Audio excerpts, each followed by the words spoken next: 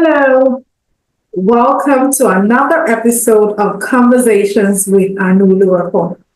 I'm glad to have you here as we begin the Supporting Learning at Home series.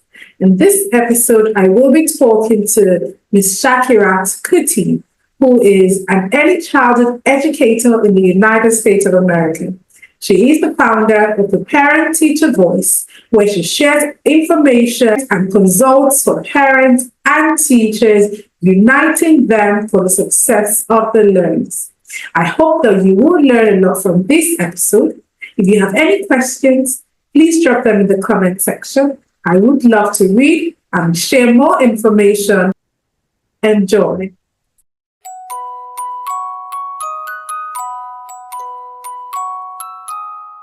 Welcome. It's so good to have you here to finally get to see the beautiful face behind the Parent Teacher Voice.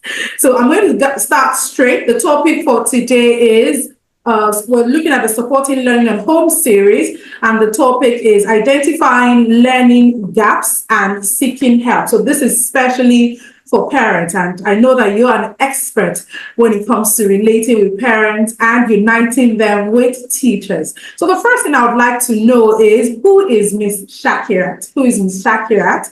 What was the vision behind the Parent Teacher Voice? How did you get to running that? Wow, it's nice to meet you again for the very first time virtually. So I am so happy to be here.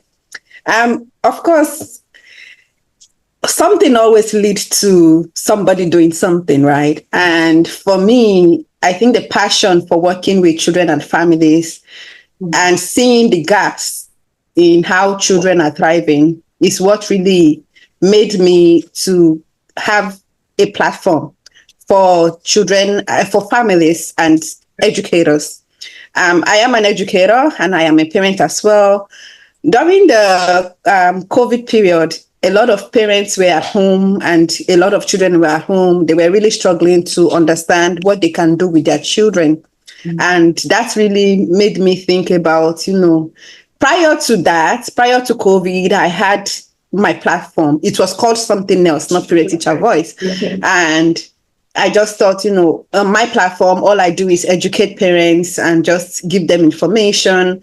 Mm-hmm. And during COVID, I was like, okay, you know what? I think this is a good time for me to start providing information to parents on how they can support their children at home. So, and since then, I have understood the importance of having both the parents and the teachers. You can remember during COVID, a lot of the children were at home, taking classes, and a lot of parents were struggling to support their children. Even I myself was struggling. I was like, oh my God, what am I going to do? I was teaching and I was supporting my daughter as well. Yeah. So I used that opportunity to kind of carry some other parents along.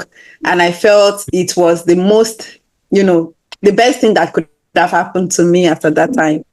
Oh, and that is how it is. And here I am today, carrying all parents and teachers along, uniting them so that they can help their children to succeed, whether it's your child, whether it's not your child, whether it's a neighbor, we want to carry everyone along so that everyone can succeed.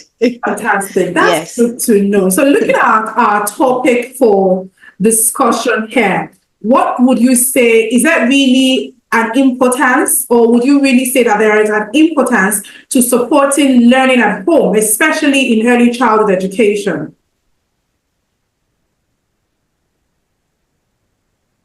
I believe that it is important to support children in every part of development, right?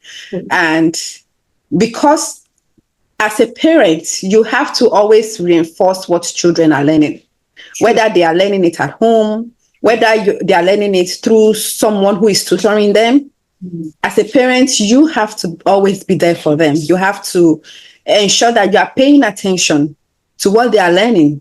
If not, they themselves are not going to embed themselves in the learning opportunities, and you as a parent as well would not understand how to expand their learning, and they wouldn't engage the way they are supposed to engage. So it is very, very important. That collaborative aspect for a child, and because collaboration is not just between a parent and a teacher. Right. Collaboration is between the child and the parent. Okay. So that has to happen in order for a child to thrive. A child cannot do it themselves because they do not understand what is going on around them. They don't understand where they are supposed to be or what they are supposed to do. So as a parent, right, we have to always provide that guidance to help them to thrive and grow in the different aspects or milestones. Oh, fantastic. I like that you said that collaboration is not just between the parent and the teacher, but between the parent and the child. I've never really thought about it that way. Okay. So are there really developmental milestones that parents need to be aware of? Because especially here in Nigeria, there is always the parent asking questions as to, why is my child not doing this now? I see somebody else who's able to do it. So is there really, or are there really a list of developmental milestones that parents should be aware of so they understand the expectations for the children or for their own children generally? Okay, so I always like to use basic, simple language when I'm talking about developmental milestone, right? Because it is important that when we are talking about the development, we want to talk about the exact thing that a child will be doing at a particular moment. So, for example, when we say that we want children to be physical, we want to ensure that children development in their physical aspect, cognitive aspect, language, emotional skills, and all of that. We want to make sure that children and parents are understanding what this entails. So, for example, let's talk about the physical aspect. The physical aspect involves children moving in the appropriate way, right? They want them to ensure that when they are supposed to crawl, they are crawling. Then when they're supposed to walk, they are walking. When they are supposed to be able to grab something, they are able to grab it with their hands. So we are not comparing them with other kids, right? We are ensuring that we as parents are monitoring. When you go to the hospital, they tell you your child ABGA and all of that, they tell you this child is not at the level where they're supposed to be. Right? And we as parents, we use our, intuitive sense to say, my child is supposed to be walking. It's not walking at this time. And, walking is like a very big deal. Some children don't walk at 12 months when we want them to walk. Some children wait till 15, 17 months. So, and some of that thing is kind of a delay, but we also have to then check. We have to move forward and say, okay, if this child is 2 years old and they are not walking, we need to take them to the hospital, right? Mm-hmm. So we have to continuously monitor. For cognitive, we want to know if this child is thinking like the rest of their peers, right? Or are they engaging with you? When you are smiling, are they smiling back? When you are engaging with them and talking to them while reading, are they engaging? Are they smiling? Are they trying to point? These are some of the things that we need to look at when children are growing. I work with the early years, which is 0 to 3, but I also have an extension of 3 to 8. Mm-hmm. So we have to continuously look at these milestones and try to begin to see, when you put a child on the mat, right, in the playpen, yeah, and you put a doll around them, are they exploring with this doll? Are they playing with it? Are they trying to touch something around their environment? Are they making quiz? Are they babbling? These are some of the things that we are supposed to see. So children typically achieve a certain milestone at different age level. So we always have to look at it and pay attention to all of these things so that if there is no progress and we are identifying potential delays, we have to move forward in seeing the pediatrician and then getting intervention for them. Okay, fantastic. So basically, parents have an understanding of the expected cognitive development at the child's age level, the expected social development. So they need to have that understanding as the children grow. Great. Now, now I don't want to look at it from the point of view of an educator. I want to come in as a parent who doesn't have any understanding of education. I just know that, okay, this is the age that my child needs to learn. This is the age that my child needs to start to interact, to show certain behavior. So I know that, oh, he's responding or reciprocating to the gestures that I offer. Now, my question is, as this kind of parent who's not an educator, how are they able to tell the difference between the normal development, the appropriate age development, and a gap, a developmental delay, so to say? How are they able to tell that difference?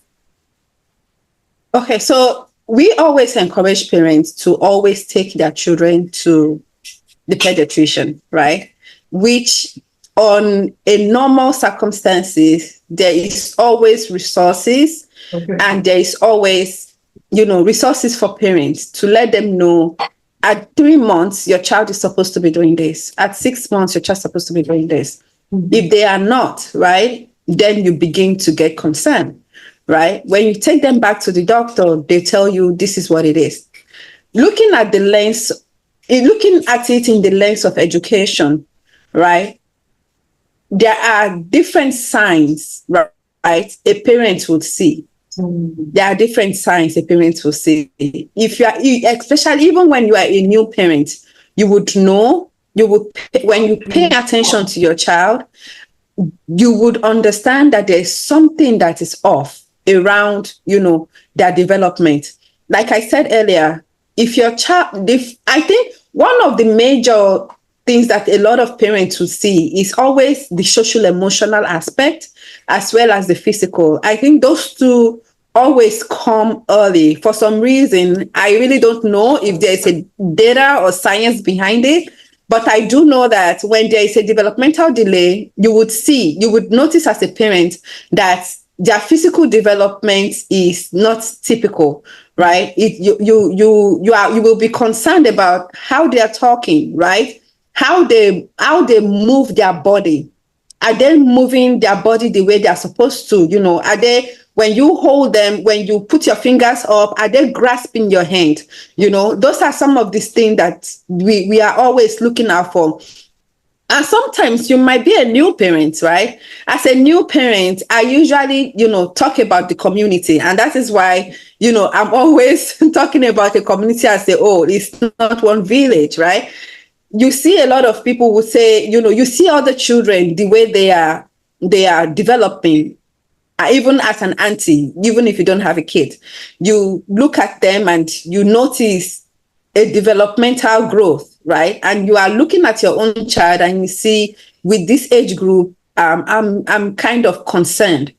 And if you have someone who is a teacher or you take your child to the school, sometimes a teacher would observe such milestone. I'm not saying all teachers will observe, will be able to do that. But if a teacher is trained in some of these assessment parts, they are able to understand exactly where their child is supposed to be as an infant. So this is where the community comes in, right? Where you ask people for resources. And I always say, sometimes everything is not about being online, because not every parent are online, right? Yeah. Some parents are not privileged to be, to have that. So, but we all know that this asking questions, right? Asking questions is very, very important. There is no right or wrong. And of course, you would get different answers from different people, some which might be pleasing to you, some might not be pleasing to you. But asking that questions is very important in order to support your child and to understand where they really do need support. Fantastic. So parents need to build a community, places where they can ask questions, interact. And I like that you mentioned that at as a teacher, you should be trained well enough to offer guidance, to offer support. So, like they say, it takes a village. So it's not just the parents now, they should be working with the support or with the guidance of the pediatrician as well as the teachers. So everybody coming together to support the child. Fantastic. Yeah. So what would you say are some specific activities that parents can put in place at home to support learning? Learning with 0 to 3, even 0 to 5, we all know their learning involves play, right? But play is not just play. It is intentional, right? When a child is exploring, when a child is playing, when a child is exploring certain materials or certain things in their environment, you want to use that as an opportunity to help them to extend their learning. So, for example, right, if you are in a household where you don't buy toys, right? Some of our parents do not have the resources, the financial capabilities to buy toys and materials. So I always suggest that use what you have. Use what you have in your house, right? Try to explore with your child. If your child is in the sitting room playing with a plant that is hanging by the wall or that you hanged on the wall, talk about the plant with your child, Talk about how the plant is growing. Talk about, what makes the plant, what helps, why you have the plant in your house and how does it help your environment.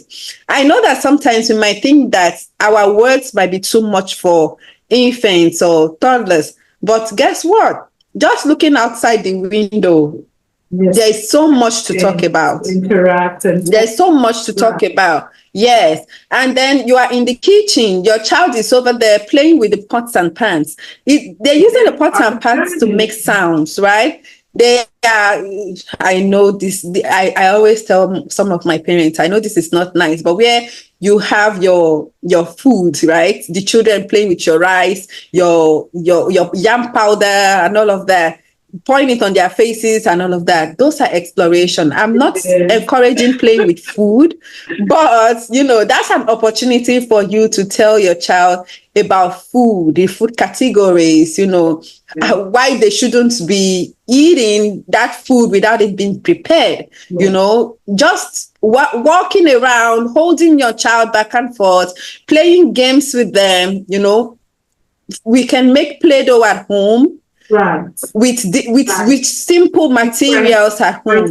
You do not have to spend outrageous amount of money buying toys, which I can tell you now, they are very expensive, and at the end of the day, we always end up littering the place and it ends up where it's not supposed to end up. So I always say, utilize what you have at home.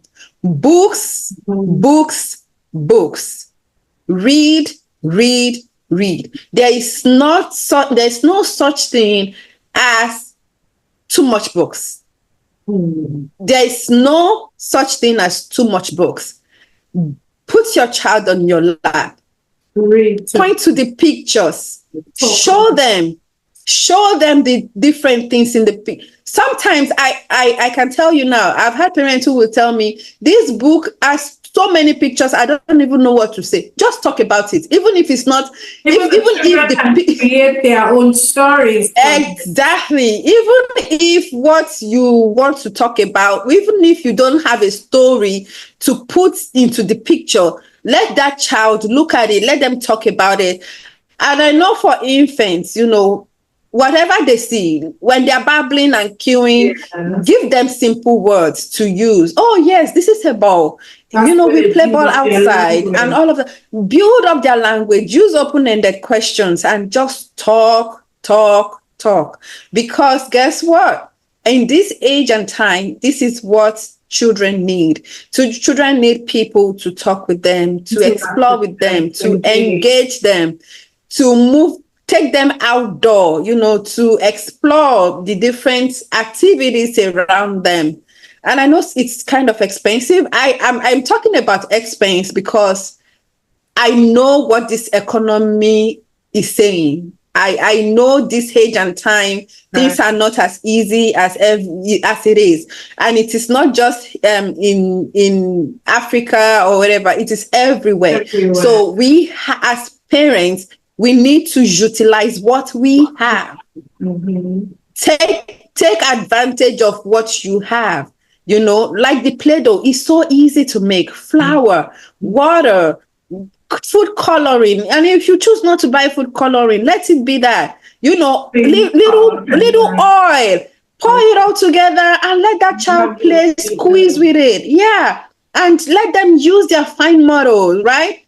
And utilize it. These are some simple ways that we can support children developmental milestone at home. We do not have to break the bank. I like that you said we don't have to break a bank, because sometimes the parents are worried about the fact that, oh, toys are expensive, resources are not cheap, and all of that. So most of the time you realize that what children want to play with half of the time is not even those expensive toys, but those plastic bottles, those remote control, those old carton boxes and everything. So they want to play with those things that wouldn't even cost you a lot of money. So yes, use what you have. I really do like that advice. All right. So next, now as educators, we always have to track the learning of the children. We always have to track to see, okay, where are they now? What next? Now, for parents, what would you recommend as a way for them to track their child's learning and development? Simple checklist. Mm-hmm. Simple checklist. Right? Again, when I speak for all class of parents, not just the high class or the middle class. I like to also speak for the, less privileged, right? Mentally, as parents, we know what we want our children to do. We know where our children are supposed to be. We need to start making conscious effort to take note of the exact thing or exact level we want our children to be. Taking a mental note, writing it down. What do we do in the classroom? We observe our children before we even think of making documentation. We observe. Paying attention and observing our children is the very first step to start keeping track. When I sit down and I see my child who is supposed to be crawling or supposed to be standing with support, and I notice that at 18 months old, he or she is not doing that, I would be concerned, right? I would be concerned because I'm taking notes of, this is when my child did this. This is when my child did this.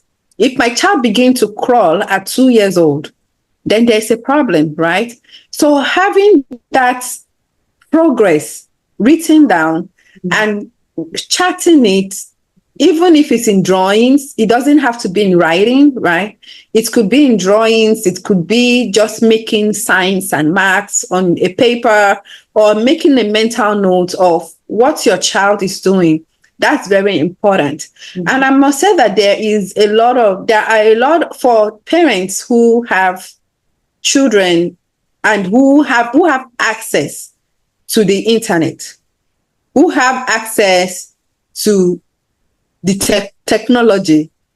We can look for the resources that we need online. Right. There are different tracking tools that we can use. And again, asking, right? Ask your pediatrician, what are they using? What are some of the things that we can be? I know that a lot of times, this is what I always hear.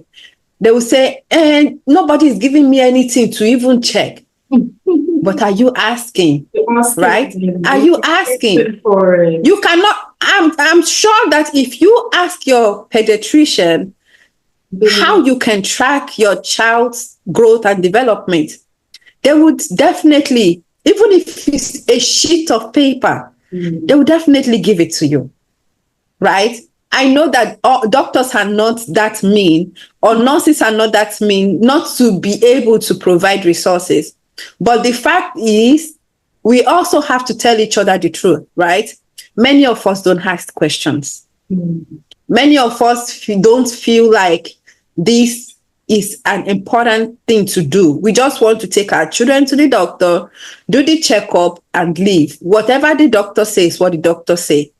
You know, if you are concerned about anything when it comes to your child development, ask the doctor, ask the teachers.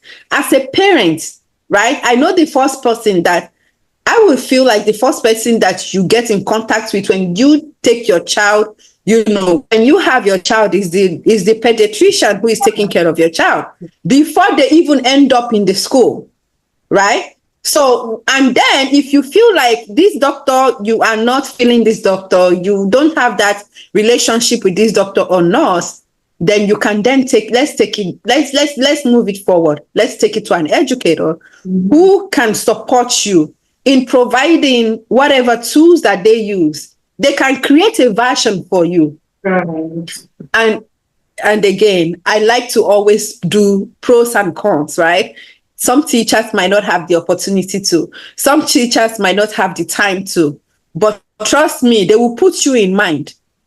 And when they get the chance, they will definitely reach out to you and give you that support and resources. So a simple checklist, an online checklist, you know, developmental milestones for my 6-month-old baby, where are they supposed to be? Start looking at it. And start checking, is my child doing this? Is my child doing that? Is my child doing this? Is my child doing that? I would give you one resource, right? One resource is the ASQ assessment. Okay. It's called the ASQ questionnaire, right? The ASQ, you can find ASQs online. You can find the online version where you are able to input your child age, your child's date of birth, and it will process and give you a whole checklist of your child development, social, emotional, or even the normal development. So based on their age, it shows you what it's supposed to do. I think they have the free version and they have the paid version, but I do know that they have the free version, which you can just set the ASQ assessment and it's going to come up for a lot of parents. So these are some of the things that, you know, we have to do as parents, having a conscious mindset of understanding our children's progress. We don't want to wait until they turn 3-year-old and they get to primary school to start saying, where's your homework? Right? Where is your homework? You are not doing well in math. You are not doing well in English. Your science is poor. We don't have to wait, because tracking a child development begins from infancy. They get report card from infancy. Right. And the report card is, when I observe you, what do I see? That's your daily. Right? If it's not there, then I'm going to want to speak to someone to say, is everything okay? Should I be worried?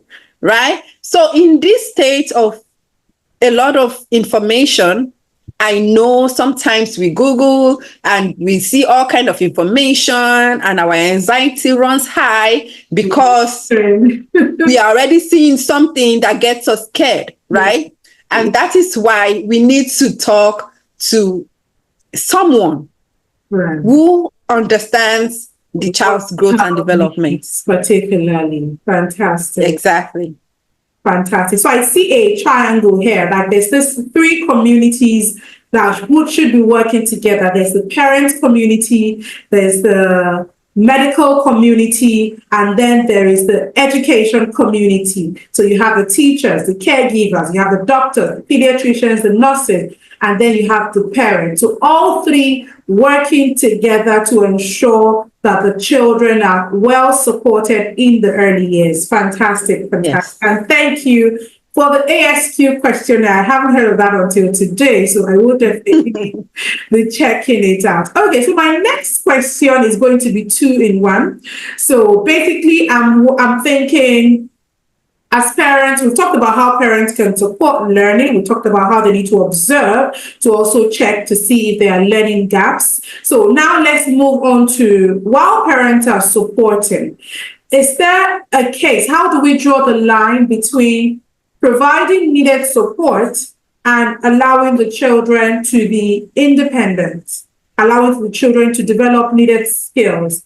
I've seen cases where a parent feels my child is not doing so well, and sometimes they are looking at the gap, because that's my second part actually. They are looking at that gap as a way of, through comparison, basically. So they are looking at, my friend's child can do this, why is my child not able to do it?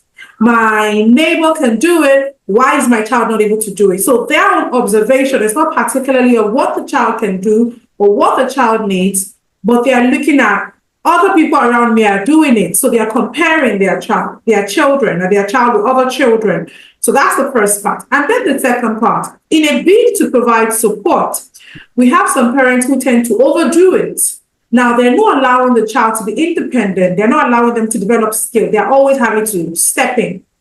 So how do we draw the line between parents trying to provide support and then overdoing it, not allowing the child to be independent? The child is completely dependent on the support being provided by the parent or by the tutor or by the adult that is there to guide the child. How do we draw that line? So first is parents comparing the children based on what others are doing or what they are able to do. And second is, how do we draw the line with them providing needed support and not infringing on the child's ability to be independent or to develop certain skills on their own? I would say, for one, the environment is very important. The environment is like the third teacher. And of course, we know that based on parenting, we want our children to be like or more than their peers, right? Which it's a normal intuition. And it's a normal thing for a parent. Right. But we also have to look at having a healthy way of thinking, right?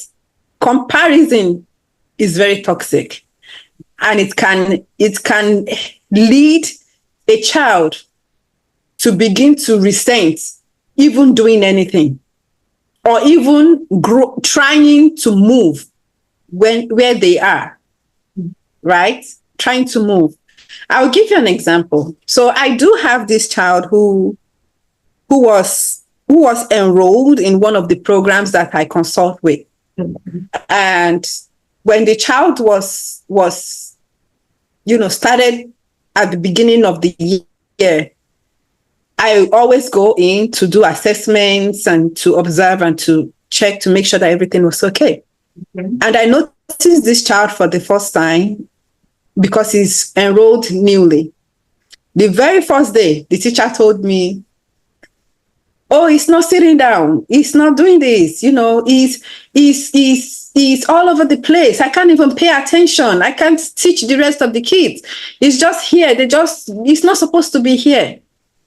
So I told her, I said, "Today is the first day. You've not observed this child. You don't know what the strength of this child is. You don't understand if this child has ever been in school before. Did you even speak to the parents to understand the background of this child?" She said no. I said, "So please, let's try and stand back and watch the child, explore its environment, and then we can then make decision. Our decision is not going to be in a week, right? Start taking records. of what you see what you think is typical, right? Or atypical of this child. Okay. Observe what they do. Do a running record of the child. And from that day, we did a running record for a month, right? Because our assessment, normally I can't do my assessment before. My assessment, I do it after 30 days, but it has to be done within 45 days of the child starting. So I said, okay, let's observe this child. So we started to observe.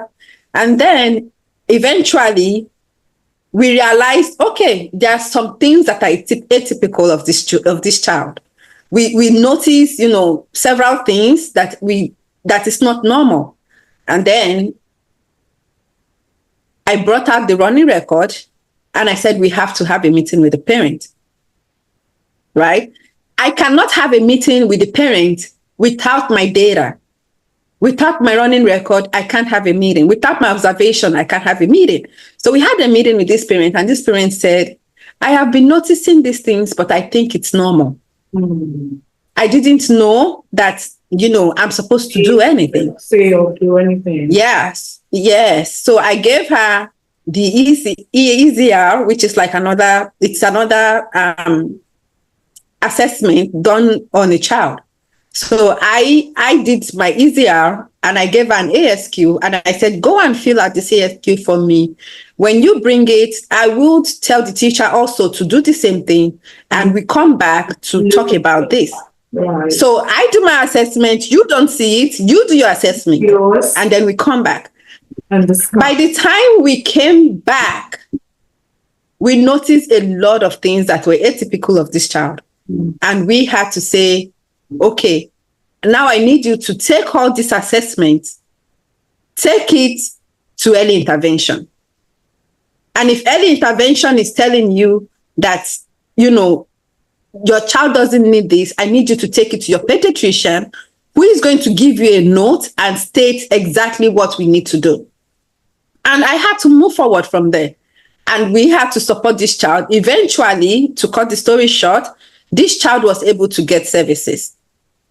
But when this child got services, right, now the parent is thinking, my child is not, the parent has this mindset that since my child is unable to do what other children are doing, I have to help them. But that is not the case. I am not saying you should help your child to do everything because I said this, I had to say, what we are going to do is that we are going to allow this child to continue to do what they are doing, but we are going to provide them with the support, additional support when necessary. Right? It is normal for a parent to feel nervous, right? To feel like their child needs way more, to feel like they have to do way more than they have to do to support their child. It's like a limiting belief when somebody is having this mental note that, oh, because you can't do this, I have to help them. So as a parent, you have to always think positive of your child. You have to always say that my child can do this and they are going to work towards getting it. They are going to work towards getting it. They are going to work towards engaging well with others. They are going to work towards their math, their English. They are going to work towards doing the right thing at the right time, working their emotions and all of that. If you have the mindset as a parent that your child is going to do it, then it's going to work. But when you are thinking, I have to always do this for my child, help them, then you are hindering them from succeeding, right? You are hindering them from succeeding because, of course, again, I'm talking about environment, right? A person, in an environment where we have a lot of children who are playing, and you keep saying, because you don't want your child to be, I don't know the word to use, but if you say you don't want your child to lag behind, so to say, right? And you are saying you are holding them back, right? You are holding them back so that they don't engage with other children, then they are going to lag behind. Because they are not mixing, they are not socializing, they are not engaging with other children who are there. And learning from them, right? And growing with them and engaging together. And that is why in our classrooms here, we have inclusion. We have an inclusion classroom where children who are typical and who are atypical are working together. We are not saying, we are not secluding children, right? We don't seclude them because we want them to work together, and we provide the support that they need. Everyone's coming together. Exactly. And everyone understands what is happening in the classroom. They understand that your child needs support, right? It is not that they are pointing them out or everyone is working together to ensure that your child is thriving and the children in the classroom are thriving together. So you pulling them out of an environment where they can thrive, it's a problem. And you also, as well as a parent, not providing the children the exact things that they need in their environment to provide them with the resources that they need so that they can improve. They can, like I said, simple things that they can use in improving themselves, things that they can do to explore. You are holding them back. You are hindering them as a parent. So as a parent, even teachers, we also hinder kids. We do it all the time, but you did not talk about teachers. You are talking about parents. We do a lot of things holding our children back. Another day, right? So having a conducive environment, learning environment for them, and giving them an opportunity to thrive, not helping them to engage and explore. Wow. It's a very important aspect. Yeah. We just need to continuously provide that support and help them, support them in a minimal way. Minimally, so that they also can feel important, feel independent, and they also know that they can do it. I've given them the push. Fantastic. Thank you so much. My book is full. So I will just take a quick rundown of most of the things that we have touched on today. So we have touched on the fact that for parents to be able to support learning at home, they need to interact with the children, they need to engage them appropriately, and then they need to ensure that the children are playing, exploring, and the play, like you said, should be intentional, with parents using what they have within the house, not having to break the bank. And as a way of identifying gaps, we've mentioned observation, which is a major thing here that you have shared. Parents observing, asking questions, building a community, of the medical community, the educational community, the parent community. So as they are talking to other parents, they are also talking to medical experts when they observe anything about the child's growth and development, and they are talking to educators when they are observing anything when it comes to the child's education or the child's learning or social development or academic development in general. So basically, we have these three people supporting the parents, and then they have a checklist. He's given us the ASQ questionnaire, which is an online checklist that can help parents to identify and track their children's progress to see where they are at, where they need to be, what they need to do. So that way, they are able to identify any gap and seek help, either medically or academically. So thank you very much. So I'm just going to wrap up. So as a way of providing early intervention, now we've looked at when there is a need to raise an alarm to say, okay, my child is meant to be doing this. I know to ask questions. Now, are there any resources that you think are available or any programs that you think are available to parents if they notice or when they do notice that there is a gap? So I know that they will have the medical people and the educators to put them through. But are there other resources or programs that are available to them to also help them in supporting their children? Okay, so when it comes to availability of resources, I can only speak for where I am, which is the United States, Right. specifically in Illinois. I don't know about resources back home in Nigeria, but I am very sure that there will be nonprofit organizations, right? There will be nonprofit organizations in Nigeria. I know that there will be local educational programs that provide resources for families. And I do know I've actually referred some parents to a particular program in Nigeria, and they've been able to support the parents. I don't know if they eventually figured it out, but I felt like it was, since I follow this person, I felt like it's able to provide it's a good, they will be able to provide support. And again, your pediatrician is your friend. We pay for insurance, you pay for, ask questions. Ask questions. Early intervention begins with you asking the right people the right questions, right? Here, right? If it was here, all I need to do, because I understand the process of early intervention, every parent have a right and they have responsibilities that to provide early intervention to their children. All I need to do is observe your child, do an assessment.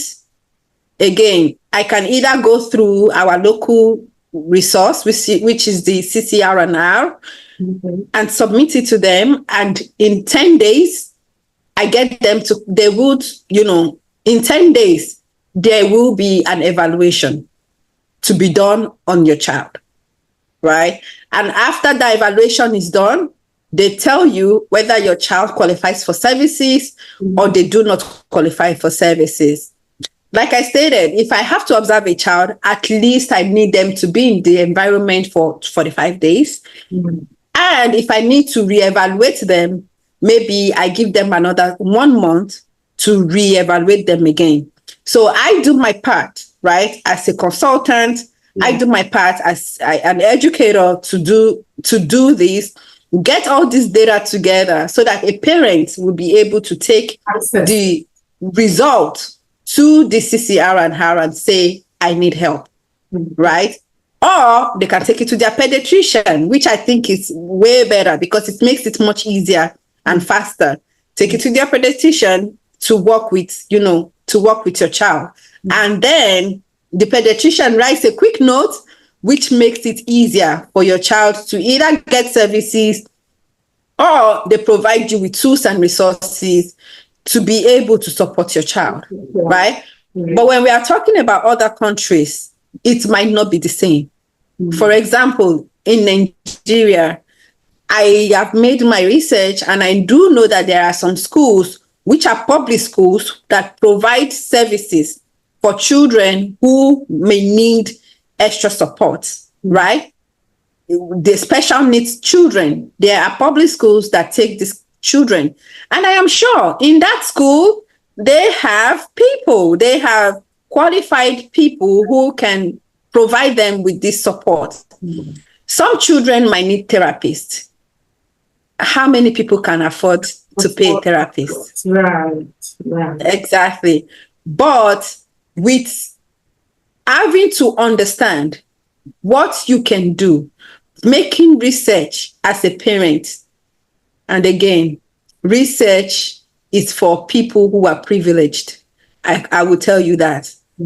But when those who are not privileged to have these resources, when people who have privilege to have resources are providing these resources to people who are not privileged, it makes a whole lot of difference, right? Yeah. There is a difference. And that is why you see many of us who are online, right? Providing all these, sharing these resources as much as we can so that it can reach people who are not online, right? For example, I've had people who are online with me and in my community, and they would say, "Oh no, I have this person, who is challenged and all of that," and I would say, try this, try that, go here, go there, and it's been working for them, right? And I might come online to provide different strategies that would support. Exactly, provide more information. My information might be a little bit different from what you have available in your community, but with the support of a community, we can utilize, put our minds together, rub minds together, and to be able to get these resources that we need. So again, look at your local NGOs, right? Yeah. Even online, there is a lot of information online for people who are concerned. We have several information online. We have here we have CCR&R. We have organizations that support these people. And again, who is the closest to you? Your pediatrician and your child's teacher. They should have resources. I'm telling you, teachers, we are the best resources that anybody can ever have, So, and again, continue to monitor your child, continue to monitor their progress, and just do what you can. Do what you can. Yes, do what you can. Fantastic. Thank you so much, Ms. Sakirat. I'm taking away one key point from this final part. Early intervention begins with asking the right people the right questions. I really do love that. So for you to be able to provide that early intervention, you've seen something, you're saying something, you're asking, even when you're not sure, talk to the teachers, like you said. The teachers might be able to refer you to non-government organizations. They might be able to refer you to local areas, your local community, places where you can get that help and that support that you need. So that is the best way for parents to offer early intervention. So thank you so much, Ms. Sakirat. It's been amazing having you on. I do hope that when parents watch this, they will be able to get answers to questions that they might have, and this would help them to be able to provide support and to be able to offer that early intervention when the case does arise. So thank you very much. It has been a pleasure having and learning from you. So we look forward to seeing more of you, looking forward to seeing more of the information you share on your Parent Teacher Voice platform. Thank you. Thank you. Thank you so much. So have a wonderful day. I know it's a different time zone. Have a wonderful day. Yes. Thank you. Thank you so much. I really appreciate it. Very nice having you here. Thank you for watching this episode to the end. I do hope that you have learned a lot from all that we have discussed when it comes to identifying learning gaps and seeking help. I hope that as a parent, you know what to do when it comes to early intervention for your child's learning and development. If you have more questions, please feel free to send a mail to amaeduservices@gmail.com. If you'd like to get the contact details of Ms. Sakirat for a consultation session, please feel free to send a mail and we'll be glad to connect you. See you in the next episode.